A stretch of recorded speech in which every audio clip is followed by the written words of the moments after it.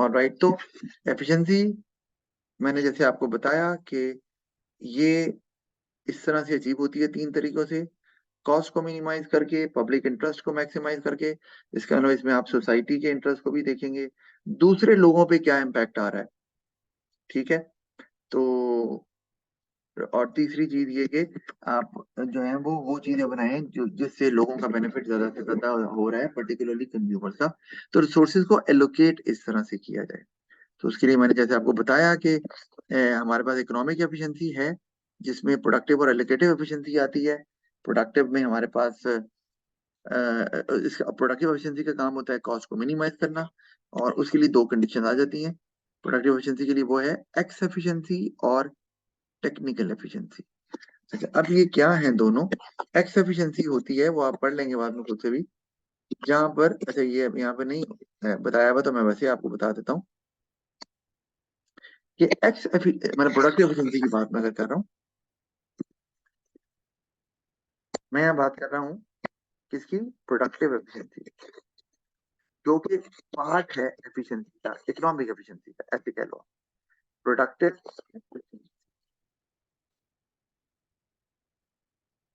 तो इसमें हमारे पास एक तो है एक्स एफिशिएंसी, ठीक है, हम उसकी बात करते हैं अभी। एक्स एफिशिएंसी ये क्या है कि जब आप रिसोर्सेज को एलोकेट कर रहे हैं या प्रोडक्शन कर रहे हैं, तो आपके पास डिफरेंट एवरेज कॉस्ट कर्व्स हैं। एवरेज कॉस्ट कर्व्स, ठीक है। और अगर आप लोएस्ट पॉसिबल कॉस्ट कर्व पे ऑपरेट कर रहे हैं, और लोएस्ट पॉसिबल कौन सा है? ये वाला। अगर तो आप थर्ड इस, एसी। हाँ जी, तो अगर आप, मैं ऐसे कहता हूँ ये AC2 है, ये AC1 है, ये AC0 है। अगर कोई फर्म जो है वो ऑपरेट कर रही है AC0 पे, तो इसका मतलब है कि एक्स एफिशिएंसी अचीव हो गई। ठीक है, सर एक, एफिशिएंसी वो होती है ना जब आपकी एवरेज कॉस्ट सबसे ज्यादा लोएस्ट हो। हाँ नहीं, जब आप लोएस्ट पॉसिबल, अच्छा एक्स एफिशिएंसी क्या होती है, मैं यहाँ पे लिख रहा हूँ, व्हेन, क्योंकि हम माइक्रो पढ़ रहे हैं ना, तो मैं आ फर्म की बात करूंगा, हम माइक्रो इकोनॉमिक्स पढ़ रहे हैं। When a firm operates at the lowest possible AC। लेकिन सर इससे हमारी जो प्रोडक्शन है वो मैक्सिमाइज रहती ना एसी के हिसाब से। हाँ नहीं, आपने कॉस्ट कम करनी है, तो कॉस्ट तो कम हो तभी होगी ना जब प्रोडक्शन ज्यादा करेंगे, लेकिन एक हद सर से ज्यादा आउटपुट नहीं कर, मतलब ज्यादा होगा ना? आउटपुट ज्यादा होगा, लेकिन आप ये देखो, मैं अभी समझाता हूँ आपको। अगर कॉस्ट कम है पर। आप यहाँ ऑपरेट कर रहे हैं, यहाँ ऑपरेट कर रहे हैं, फर्ज किया, तो आप की एक्स एफिशिएंसी अचीव हो गई है। आप AC1 पे नहीं ऑपरेट करेंगे क्योंकि ये लोएस्ट पॉसिबल नहीं है, AC2 पे नहीं करेंगे क्योंकि ये लोएस्ट पॉसिबल नहीं है। तो आपने ओके आउटपुट, सर। यानी कि आपका वो आउटपुट लेवल जिस पे आपकी एवरेज कॉस्ट कर्व मिनिमम है। अच्छा, अब इसके अंदर साथ साथ चूंकि एक्स लेकिन जो एफिशिएंसी एवरेज कॉस्ट है ये आपके कंट्रोल में तो नहीं होती ना, जितनी लगेगी वो तो आप देंगे ही। नहीं होती है आपके कंट्रोल में, बिल्कुल होती है। और उसके लिए ना हमारे पास इकोनॉमी ऑफ स्केल भी होती है, और आप अपनी कॉस्ट को कंट्रोल कर सकते हैं, लेकिन आप ये देखना है आपको कि आप अपनी वेस्टेज को कैसे कम करें। सर लेकिन बहरहाल, एक मिनिमम लेवल तक ही कर सकते हैं ना, मिनिमम लेवल जाहिर तक। बात है, जाहिर बात है। तो अब मैंने इसलिए क्या लिखा है कि लोएस्ट पॉसिबल AC, जो पॉसिबल है। अगर फर्ज किया इससे भी नीचे कोई AC है, लेकिन आप वहां नहीं जा सकते, जा ही नहीं, पॉसिबल ही नहीं है, तो वो पॉसिबल है। मैंने ये जो तीनों AC बताए हैं, ये पॉसिबल AC हैं जहां तक फर्म जा सकती है। हो सकता है उससे नीचे भी एवरेज कॉस्ट हो, लेकिन फर्म नहीं जा सकती ना। अच्छा, इसके साथ जो है ना, वो दूसरा हमारे पास आ जाती है टेक्निकल एफिशिएंसी। अच्छा, मैं यहाँ नहीं बताता, इसमें तो इतनी जगह हमें नजर नहीं आ रही। सर एवरेज कॉस्ट होती है इसमें इनडायरेक्ट कॉस्ट और जो फिक्स कॉस्ट होती है दोनों शामिल होती है ना। जी बिल्कुल। तो अब टेक्निकल एफिशिएंसी क्या होती है कि अगर आपका ये AC है, और हम एज्यूम कर रहे हैं कि ये लोएस्ट पॉसिबल AC है। ठीक है, इसका मतलब है आपने एक्स एफिशिएंसी तो अचीव कर ली हुई है। ठीक है, अच्छा, अब आपने इसके मिनिमम पॉइंट पे ऑपरेट करना है, तो आप पहुंचेंगे टेक्निकल एफिशिएंसी।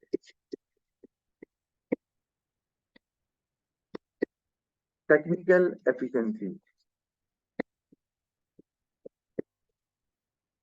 ठीक है, और वो क्या है? व्हेन फर्म ऑपरेट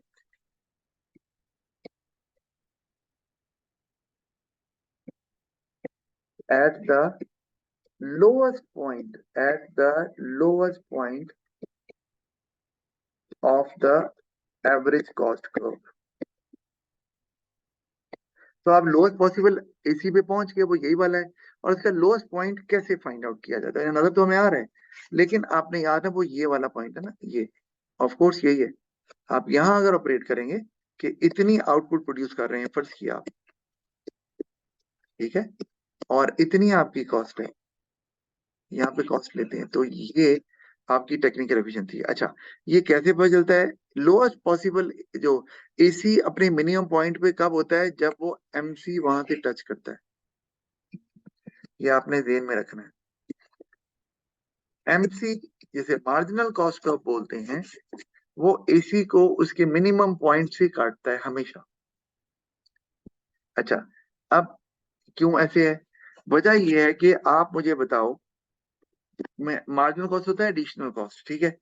आपकी एक चीज को बनाने की जो कॉस्ट है ना, वो है let's say $10 on the average.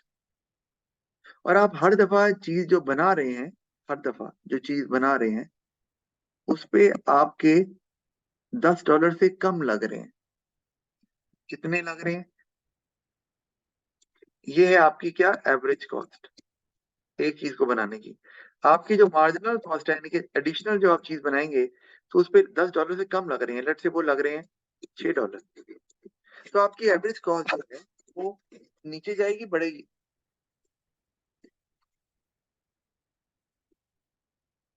बताओ। सर इंक्रीज होगी। इंक्रीज होगी। और इंक्रीज कैसे होगी? कम होगी। मैं आपको चलो और तरीके से बताता हूँ। अभी वर्ल्ड कप सर एक बार फिर से बताएं जरा, आपकी बात नहीं समझ लगी। मैं आपको पहले बता, सुनो बात। आपको ना वो मैच हो रहा है और आपको पर ओवर जो एवरेज चाहिए, ये भी पर ओवर एवरेज है, वो है जी 6 की, कि आपको हर ओवर में 6 रन करने हैं। अच्छा, तो आप क्या कर रहे हैं? आपने अगला ओवर जो खेला उसमें आपने 10 रन कर दिए, तो इसका मतलब कि एडिशनल कम हो गया एवरेज। एवरेज कम हो जाएगी ना। स्कोर की 6 रन की एवरेज चाहिए थी, आपने जो एडिशनल रन किए हैं अगले ओवर में, या जो अगला ओवर खेला है उसमें 10 रन कर दिए, तो एवरेज ने तो नीचे आना है जो आपको चाहिए, रिक्वायर्ड 100। इसी तरह से अगर एवरेज कॉस्ट आपकी $10 है एक चीज को बनाने की, और आप हर दफा जो नया यूनिट बना रहे हैं उसकी कॉस्ट कम है, एवरेज से, एवरेज कॉस्ट से कम है, मार्जिनल कॉस्ट जो ऐड हो रहा है वो कम है, तो आपकी जो एवरेज कॉस्ट है वो कम होना शुरू हो जाएगी। अच्छा, वहां तो रन थे ना, मैंने एग्जांपल दिया कि ओके आपने, सर। अच्छा, तो जारी बात है आपके जब $6 की कॉस्ट आ रही है अगले यूनिट की, तो एवरेज कॉस्ट ने कम होना है, क्योंकि टोटल जब आप करेंगे तो आपको पता चलेगा कि यार, मैं ये यहाँ पे चलो एक और एग्जांपल भी देता हूँ। ये एवरेज कॉस्ट 10 कैसे आई हुई है? ये ऐसी आई है कि आपकी टोटल कॉस्ट 100 थी, आप 10 चीजें बना रहे थे, तो आपकी एवरेज कॉस्ट 10 है। ये क्या है? टोटल कॉस्ट 100 है, और आपकी आउटपुट कितनी है? वो 10 है। तो आपकी जो एवरेज कॉस्ट आई हुई है वो 10 है। ये फॉर्मूला होता है ना एवरेज कॉस्ट का, टोटल कॉस्ट ओवर आउटपुट। आपने एक यूनिट और बना दिया, ठीक है, उस पे $6 आई, तो अब आपकी टोटल कॉस्ट कितनी हो जाएगी? $106। जारी बात है, 6 ऐड हो गए ना उसमें, मार्जिनल मार्जिनल टोटल में ऐड होंगे, और आपके यूनिट हो गए 11 बन गए। आप जरा निकालो जरा, ये कितना आता है? ये 9 पॉइंट समथिंग आएगा। देखो क्या आता है, मैं निकाल लेता हूँ यहाँ पे। ये देखो, 106 डिवाइडेड बाई 11, क्या आ गया? 9.63। ठीक है, आ गया 9.63। देखो क्या हुआ, एवरेज कम नहीं हो गई? 10 थी तो 9.63 हो गई। क्या ख्याल है जी ना? सर। हाँ, अच्छा, तो अच्छा, ये समझ आपको आती है। अच्छा, अब आप गौर करो, मैंने जो भी आउटपुट लेवल लिया है, मैंने कहा जी कि ये है वो मिनिमम लेवल, जहां से जब एमसी कट करेगा एसी को, तो वही वहां पर एवरेज कॉस्ट मिनिमम होगी। मैं वो बता रहा हूँ क्यों है ऐसे। क्योंकि अगर आप इससे पहले का कोई लेवल ले लेते हैं, जैसे मैं कलर कोई और ले लेता हूँ, मैं यहाँ को लेवल ले लेता हूँ, ये वाला, यहाँ कंट्री प्रोड्यूस फर्म प्रोड्यूस कर रही, तो इधर भाई आपकी जो एवरेज कॉस्ट है वो यहाँ पर है और आपकी मार्जिनल कॉस्ट यहाँ पर है। तो क्या हो रहा है, मार्जिनल कॉस्ट कम है एवरेज कॉस्ट से। यानी कि इस पूरे एरिया में, यानी कि अगर आप इस पॉइंट से पीछे रहते हैं, जो मैंने बताया ये वाला पॉइंट, इससे पीछे रहते हैं, तो आप इतना प्रोड्यूस कर लेंगे। ये सारा एरिया जो नजर आ रहा है, इस पूरे एरिया के अंदर आपकी जो मार्जिनल एवरेज कॉस्ट है वो ज्यादा है मार्जिनल कॉस्ट की। यानी कि हर दफा जब आप नया यूनिट बनाते हैं, इजाफा करते हैं प्रोडक्शन में, तो आपकी मार्जिनल कॉस्ट कम हो रही है, कम है एवरेज कॉस्ट से, तो आपकी एवरेज कॉस्ट ने गिरना ही है ना फिर, वो हमें गिरती हुई नजर आ रही है, गिर रही है तो एवरेज ये कॉस्ट। दोबारा बताते हैं ये जो आपने बात अभी की है। मैं आपको ये बता रहा हूँ कि ये जो पॉइंट हमने लिया है जहां एमसी कट कर रहा है एसी को, हम कहते हैं यहाँ एसी हमेशा मिनिमम होती है। यानी कि मेरे कहने का मतलब ये जो पॉइंट मैंने एरो बनाया है, यहाँ पर MC is equal to AC है। क्यों? क्योंकि यहाँ पर MC AC को कट कर रहा है। मैंने कहा है जब भी ये इक्वेशन होगी कि MC is equal to AC होगा, हमेशा AC अपने मिनिमम पॉइंट पे होगा वहां। वो क्यों होगा? अगर आप उससे पहले चले जाएं, उस पॉइंट से पहले आ जाएं, तो आपको नजर आ रहा है AC ऊपर है, MC नीचे है, नजर नहीं आ रहा? जी इस सर। इस पूरे लेवल में, यानी कि आप नीचे जाएंगे, अगर पीछे पीछे कोई भी लेवल लेंगे, तो AC ऊपर है, MC नीचे है, तो AC ने गिरना ही है भाई। क्योंकि हर दफा जब आप नया यूनिट बना रहे हैं, उसकी कॉस्ट कम लग रही है, एवरेज ज्यादा है, तो एवरेज ने कम होना शुरू हो जाना आहिस्ता आहिस्ता। ठीक है। सर ये और कंसेप्ट तो क्लियर हो गया, मगर एक नया यूनिट बनाने से कॉस्ट प्रैक्टिकली कैसे कम होती है? जैसे अगर मैं एक मार्कर बना रहा हूँ, उस पे भी 10 रुपए कॉस्ट है, दूसरे पे भी 10 आएगी, तो कम कैसे हो सकती है? कम हो सकती नहीं यार, आप अगर फर्ज किया स्केल, इकोनॉमी ऑफ स्केल का कॉन्सेप्ट है जैसे, है नहीं? कहीं से चीप लेबर मिल जाए तो वो कम नहीं हो जाती। हाँ, कम हो गई कॉस्ट, तो आपको पहले कॉस्ट ज्यादा थी, अब कम होना शुरू हो गई आपकी। अच्छा, तो ठीक। जब ये हो रहा है तो आपकी एवरेज कॉस्ट कम होती जा रही है, एक मौका है वो बराबर हो गई। अच्छा, अगर आप उससे आगे चले जाएं, उस लेवल से आगे चले जाएं, आप यहाँ आ जाते हैं, चले फर्ज किया, अब आप गौर करो तो एवरेज कॉस्ट इस पूरे एरिया में ज्यादा कम हो गई है मार्जिनल कॉस्ट से। इस पूरे एरिया में क्या है, आपकी मार्जिनल कॉस्ट ज्यादा है एवरेज कॉस्ट से। इसका मतलब हर दफा जो नया यूनिट बना रहे हैं वो ज्यादा महंगा बन रहा है कंपेयर टू जो आपकी एवरेज कॉस्ट थी हर पर यूनिट की, तो आपकी एवरेज कॉस्ट बढ़ना शुरू हो जाएगी, वो बढ़ रही है। इसका मतलब है जब तक MC जो है वो कम होता है AC से, ये वाली क्वेश्चन, तो AC फॉल करती जाती है। और जब ये वाली क्वेश्चन हो जाती है कि MC बड़ा हो जाता है AC से, तो AC बढ़ना शुरू हो जाती है। ये आपने बात जेहन में रखनी है, और इसको मैं अभी यहाँ पर लिख नहीं सकता, मैं यहाँ लिख सकता हूँ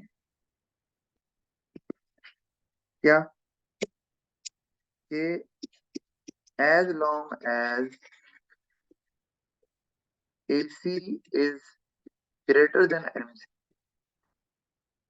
तो average cost will keep on falling, average cost curve, ठीक है, एवरेज कॉस्ट भी विल कीप ऑन फॉलिंग। मैंने आपको मैथमेटिकली भी दिखा दी, ठीक है। और इसी तरह क्या, और अगर दूसरा मतलब आपका AC कम हो जाए MC से, या MC ज्यादा हो जाए, and if AC is less than MC, या MC is greater than AC, एक ही बात है, तो अब क्या होगा, अब AC राइज करना शुरू कर देंगे। यहाँ जगह नहीं थी तो मैंने लिखा नहीं पूरा, समझ आ रही है सर बात ये क्या है? जरा लास्ट टाइम एक दफा ग्राफ दोबारा से समझा सकते हैं, ग्राफ वाला मैं सीन? इसको दोबारा मिटा देता हूँ खैर, क्योंकि आगे कॉस्ट कर्व भी आने हैं, इसको अच्छे से समझ लो। आगे कॉस्ट कर्व जो है ना वो काफी डिटेल में हमने पढ़ने हैं, तो बेहतर है कि पहले ही समझ लो आप। मैं ये बता रहा हूँ आपको कि आपका ये AC है, और AC का जो मिनिमम पॉइंट है वहां से हमेशा MC गुजरती है, उसको इंटरसेक्ट करती है ये वाला। और अगर आप इस पॉइंट पे ऑपरेट कर रहे हैं, तो हम कहेंगे कि जो फर्म है वो टेक्निकली एफिशिएंट है। ठीक है। और अगर टेक्निकली एफिशिएंट है, और अगर ये लोएस्ट पॉसिबल एसी भी है, अगर ये वाला जो एसी है ये लोएस्ट पॉसिबल है, लोएस्ट पॉसिबल एसी है, तो वो एक्स एफिशिएंट भी हो जाएगी फर्म, वो फर्म। और अगर एक फर्म एक्स एफिशिएंट भी है और टेक्निकली एफिशिएंट भी है, तो वो क्या कहलाएगी? Economically efficient. इकोनॉमिकली नहीं, प्रोडक्टिवली एफिशिएंट। ये देखो फॉर्मूला जी क्या है प्रोडक्टिव एफिशिएंसी का? X efficiency plus technical efficiency. तो वो फर्म जो है वो कहलाएगी प्रोडक्टिवली एफिशिएंट। ये बात तो हमें क्लियर ही है। लेकिन अब जो हम बात कर रहे थे कि जो टेक्निकल एफिशिएंट का मामला है, मैं आपसे कह रहा हूँ यहाँ पर ये जो जहाँ पे टेक्निकली एफिशिएंट फर्म होती है, ये वो पॉइंट होता है जहाँ MC is equal to AC है। क्यों? क्योंकि इसके बाद आप यहाँ पे मैं आउटपुट लेवल लेता हूँ Q, इसके बाद कोई भी आप लेवल ले लो Q से आगे, आपको क्या नजर आ रहा है? आपको नजर आ रहा है कि आपकी जो MC है वो ज्यादा हो गई है AC से, इस पूरे एरिया में, इस पॉइंट से आगे। इसका मतलब है जब MC AC से ज्यादा हो जाती है तो AC राइज करना शुरू कर देती है और AC बढ़ रहा है। और अगर आप इस पॉइंट, दादा एमसी का जो ग्राफ है, इसकी जो लाइन है, ये मतलब यहाँ से डाउन शुरू हुई है और ऊपर गई है, और ऐसी तो ये जो अपने जो ग्रीन एरिया की है, ये तो इन दोनों के बिटवीन है, तो वो से क्रॉस तो नहीं किया एमसी जो ज्यादा कैसे हो गई? नहीं ज्यादा ही हो गया। देखो अगर अब आप इस, मैं बताता हूँ, मैं अगला कोई आउटपुट लेवल लेता हूँ। फर्ज किया हम आ गए Q1 पे, फर्ज किया तो Q1 पे आपकी AC इतनी है और आपकी MC यहाँ आ गई, तो ज्यादा नहीं हो गया? MC देखो यहाँ आ रही है, AC यहाँ आ गई। ठीक ठीक है, आगे समझ। तो ये जो ग्रीन एरिया है, ये सारा ग्रीन एरिया शो कर रहा है कि यहाँ पर MC is greater than AC, और जब ऐसा होता है तो AC बढ़ना शुरू हो जाती है। तो हमने तो मिनिमम पॉइंट लेना है। अच्छा, इसी तरह से मैं अगर दूसरा, अगर पीछे चले जाऊं, हम चले जाते हैं Q0 पे, यहाँ कहीं, या कोई भी आउटपुट का लेवल जो Q से पीछे है, तो ये जो सारा एरिया आपको नजर आ रहा है, इस पूरे एरिया में क्या नजर आ रहा है आपको? इस पूरे एरिया में ये है कि आपका आपका जो AC है, या मैं MC ले लेता हूँ, MC जो है वो लेस देन AC है। कैसे? मैंने Q0 लिया है, तो इस Q0 पे ये आपका MC है, और इसको ऊपर लेके जाऊं तो ये आपका AC है, ये AC आ रहा है, ये MC आ रहा है। इसका मतलब है क्लियरली आपका MC कम है AC से। तो जब ऐसा होता है, इसका मतलब है तो आपका AC फॉल करता है। तो आप मिनिमम पॉइंट पे तो अभी नहीं पहुंचे, फॉल अभी कर रहा है। तो इवेंचुअली ये फॉल करते करते क्या होता है कि आप उसी पॉइंट पे पहुंच जाते हैं जहां पर MC is equal to AC है, ये वाली सिचुएशन। तो इसीलिए MC जब भी इंटरसेक्ट करता है इसी को, उसका मिनिमम पॉइंट होता है, और उसको हम टेक्निकली एफिशिएंट एफिशिएंट फॉर्म बोलते हैं। जी, क्या सवाल है? यार आगे आगे समझ। अच्छा, अब हम, ये तो हो गई, अब पढ़ना आपने है ना, फिर आपने मुझे बताना है कोई मसला हो तो। हमने सर ये हम वाले क्या, नोट्स आप शेयर कर देंगे ग्रुप में? तो कर दूंगा, आज ही कर दूंगा ना। अच्छा, अब ये कि हम इकोनॉमिक एफिशिएंसी पढ़ रहे हैं, तो मुझे तो हमने, ग्रुप में भी ऐड करो। आप ग्रुप में ऐड नहीं हुए हुए? नहीं यार ये ग्रुप किसने बनाया ग्रुप? ये आप शुएब आपने ना? सर नहीं, हमजा शेख। उसको कह देना यार इसको ऐड कर दे, तंग ना करे इसको, ठीक है।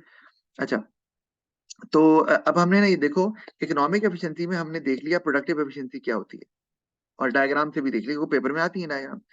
तो अब हमने आगे है एलोकेटिव एफिशिएंसी, ये देखनी है वो क्या। अच्छा, ये देखो प्रोडक्टिव एफिशिएंसी में मैंने ये डायग्राम बनाई हुई है ना, ये देखो, ठीक है।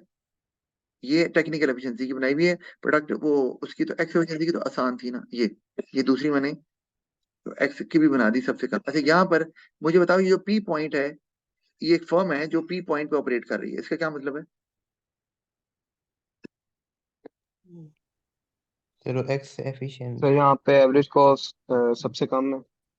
यहाँ पे अब, यहाँ पे जो फर्म ऑपरेट कर रही है पी पे, तो वो अपने सबसे लोएस्ट पॉसिबल AC पे ऑपरेट कर रही है, और उसके और सर सर मीन, उसका एक्स भी सबसे लोएस्ट एफिशिएंसी। पॉइंट।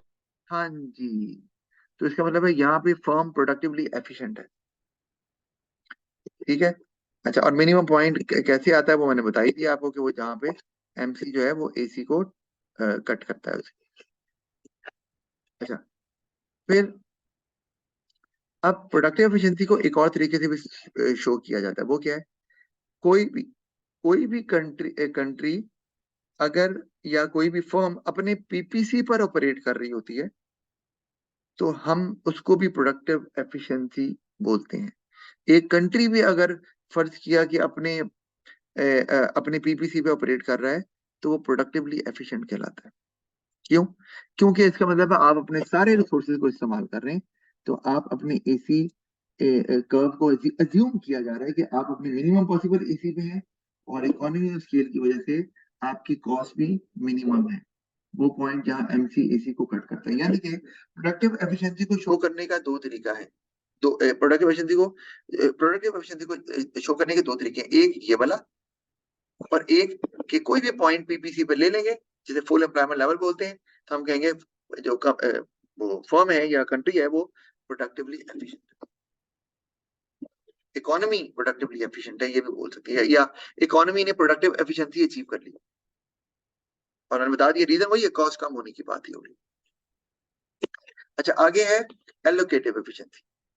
अच्छा, ये आपने ज़हन में रखना है, एलोकेटिव एफिशिएंसी जो है ये इसकी भी कंडीशन है और वो है MC is equal to P। अच्छा चले, मैं ना आज इतना ही कर लेते हैं, इसको हम नहीं करते हमजा, और वो भी नहीं है क्योंकि ये थोड़ा टाइम हमें लग जाएगा। आप इसी को हजम कर लें अभी और मैं आपको ये शेयर कर देता हूँ नोट्स। कोई सवाल हुआ तो मुझसे फिर नेक्स्ट क्लास में पूछ लीजिएगा। खुदा हाफिज। सर, अल्लाह हाफिज। ओके